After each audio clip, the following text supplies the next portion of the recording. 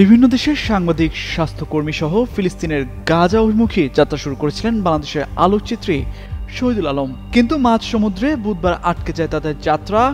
জাহাজে হামলা চালিয়ে তাদের আটক করে ইসরায়েলি সেনাবাহিনী। এবার জানা গেল বাংলাদেশি এই আলোকচিত্রীর সব শেষ অবস্থা।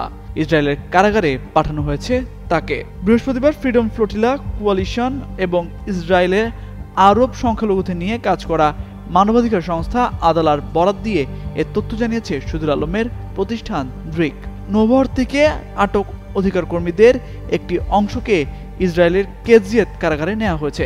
9টি নৌযানের ওই বহরে বিভিন্ন দেশের রাজনীতিবিদ, সাংবাদিক, চিকিৎসক ও অধিকার কর্মীরা ছিলেন। এক বিজ্ঞপ্তিতে দ্রিক জানায়, ফ্রিডম ফ্লোটিলা কোয়ালিশন এবং Adalah the legal centre for Arab মাইনরিটির রাইটস ইন ইসরায়েলের মাধ্যমে জানা গেছে, আলোকচিত্রী শহীদুল আলম সহ ফ্রিডম ফ্লোটিলা নৌবহরের সব সাংবাদিক, স্বাস্থ্যসেবা কর্মী, মানবাধিকার কর্মী ও জাহাজের নাবিকদের আশদোদ বন্দরে নিয়ে যাওয়া হয়।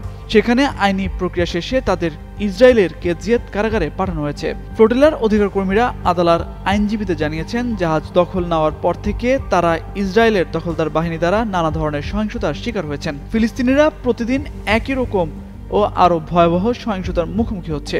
এই সময় সব ফিলিস্তিনি ও ফ্লোটিলার অ্যাক্টিভিস্টদের মুক্তির দাবি জানান তারা।